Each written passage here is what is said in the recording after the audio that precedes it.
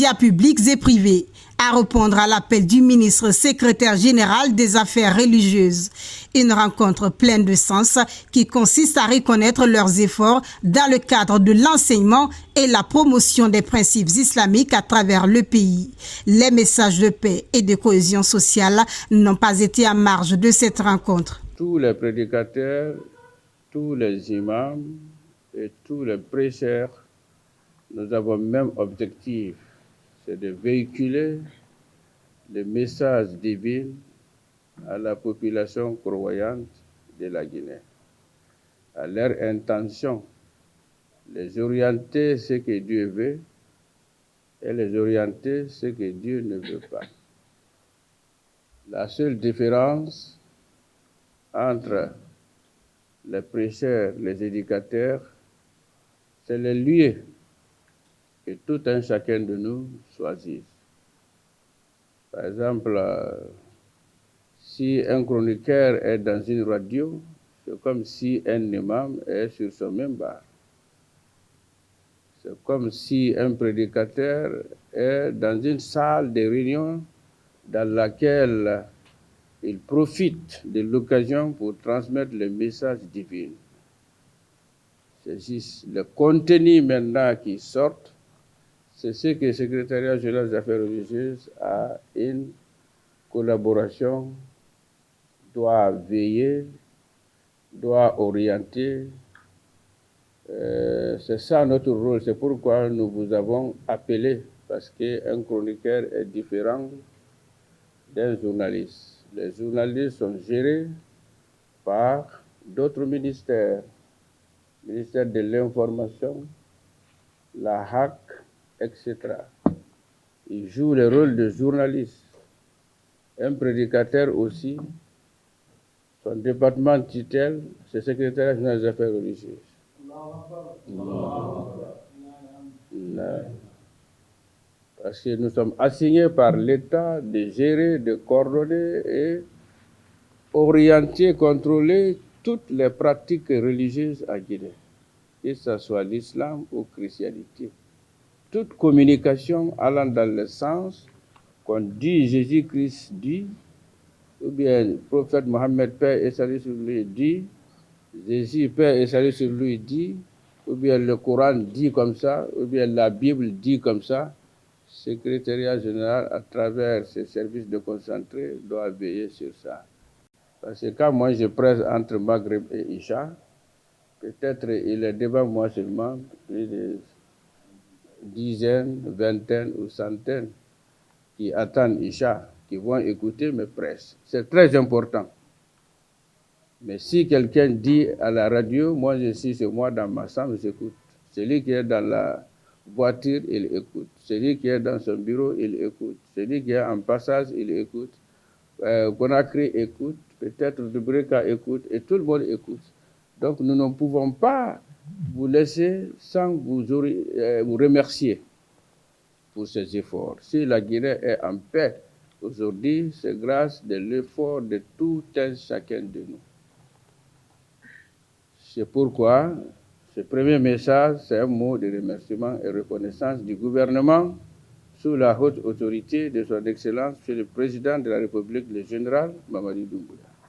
Comme nous savons que la paix est au milieu et au cœur de notre religion, c'est pourquoi, deuxième point d'objectif, c'est juste attirer votre attention que nous sommes en train de vivre dans une période très importante pour la Guinée, pour son histoire.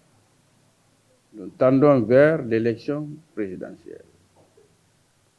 D'ici jusqu'à 28 septembre. Nous savons que beaucoup de chroniqueurs vont communiquer, beaucoup de prêcheurs vont communiquer, beaucoup de imams vont communiquer. Nous voudrions appeler toutes ces grandes personnalités, des leaders d'opinion, de faire en sorte que la culture de la paix, l'amour du prochain, le dialogue pacifique, la paix, l'unité et la citoyenneté soient cultivées dans le cœur de la population croyante de la Guinée. je voudrais orienter tout un chacun de nous pour que nous soyons prêts encore à appeler le peuple de Guinée vers la paix, vers le respect des règlements de l'élection. Il y a une direction, il y a un service, il y a un département ministériel qui est chargé de l'élection. Je crois que nous devons informer le peuple de Guinée de rester derrière l'orientation des responsables de l'élection. Parce que le respect strict des règlements, des principes, des lois peut conduire à la paix. Donc, nul ne doit sortir en dehors de l'orientation de ceux qui sont chargés à gérer l'élection jusqu'à la proclamation du résultat. Donc, nous comptons entièrement sur votre sagesse, l'esprit de responsabilité et la maturité des idées que tout un chacun de vous a. Parce que s'il n'y a pas la paix dans un pays, le pays d'accueil, le royaume d'Arabie Saoudite, n'acceptera pas que ces pèlerins font voyage chez eux, parce qu'après le pèlerinage, ils n'auront pas la chance de se retourner chez eux. De nos jours, la radio et la télé constituent les principaux canaux de transmission de leurs messages, comme pour dire que la prise de parole publique de ces prédicateurs devrait être basée sur l'harmonie et la tolérance entre les religieux. La parole, elle est très douce. Nous là, il est rare qu'on se bagarre avec des gens. Mais quand il s'agit de parler, on parle. Chacun aime parler, chacun aime défendre, chacun aime qu'on l'écoute. Mais il faudrait que chacun de nous cherche à inscrire dans son histoire des pages qui sont lumineuses, des pages devant lesquelles lui-même, il ne va jamais, regretter. Deux fois, vous pouvez dire quelque chose ici qui ne plaît pas, mais qui devient la vérité. Avec la voix, nous savons, nous disons la vérité avec une certaine méthode. Ou bien, Ud'u ila sabili rabbika bil hikmati wal maw'izati al hasana. Sabilu rabbik, c'est la vérité. Mais comment transmettre cette vérité? Bil hikma wal maw'izati al hasana wa jadilhum billati hiya ahsan. Est-ce que vous voyez? Aywa. Ahsan. Maintenant, on peut dire cette vérité avec la voix qui nous a été, et la méthodologie qui nous a été tracée par Allah subhanahu wa ta'ala, mais qui ne plaît pas à tout le monde. Mais la vérité reste telle. Après quelques années, après quelques mois, après quelques siècles, elle reste toujours la vérité et que les gens vont dire « Ah, l'autre pourtant l'avait dit ». Et ce qu'il dit était vrai, même si on ne l'avait pas applaudi ou bien on n'avait pas aimé. Et nous, notre vérité, nous sommes des promoteurs de la paix, quelles que soient les circonstances. C'est la paix.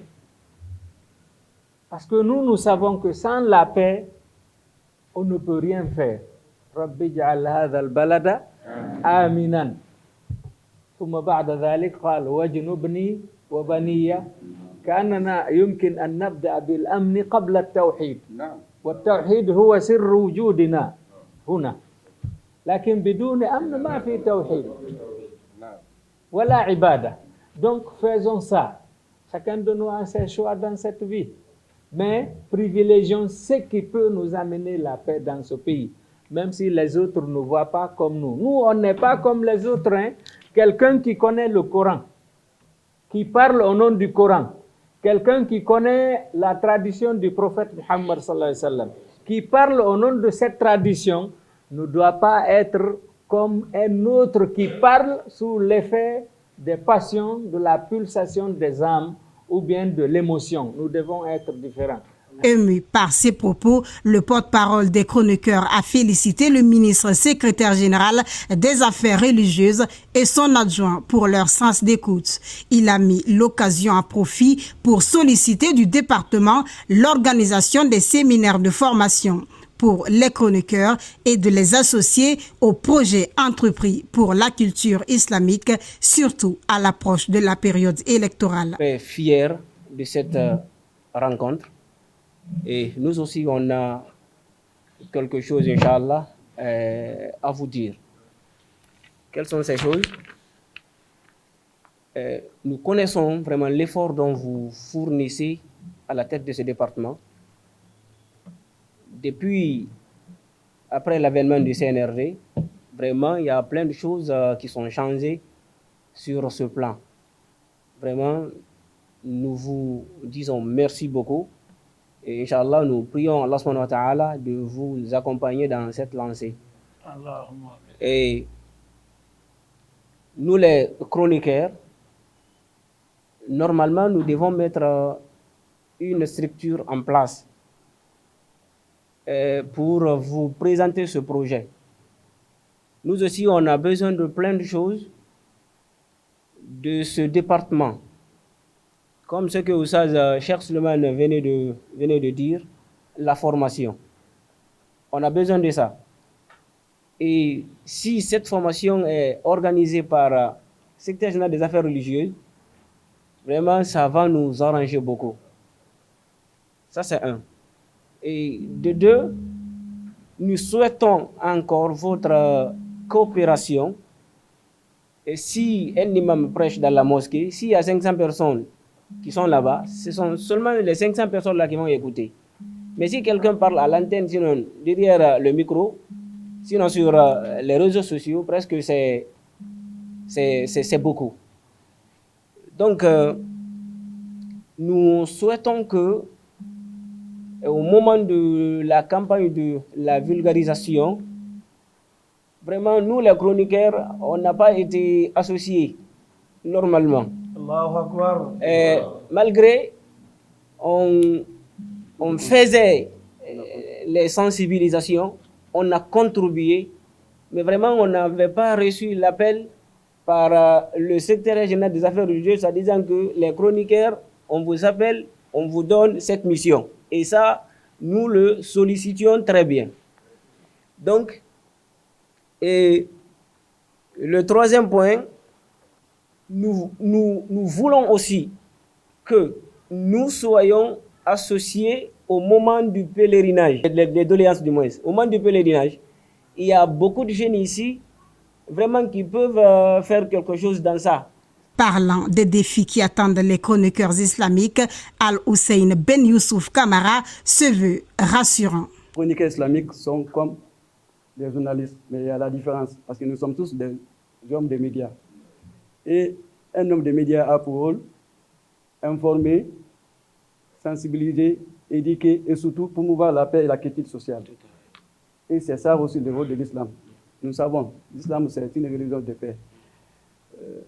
Vraiment, nous sommes disposés de vous accompagner. C'est sur une note de prière et de bénédiction en faveur des Guinéens que la rencontre a pris fin. Amen.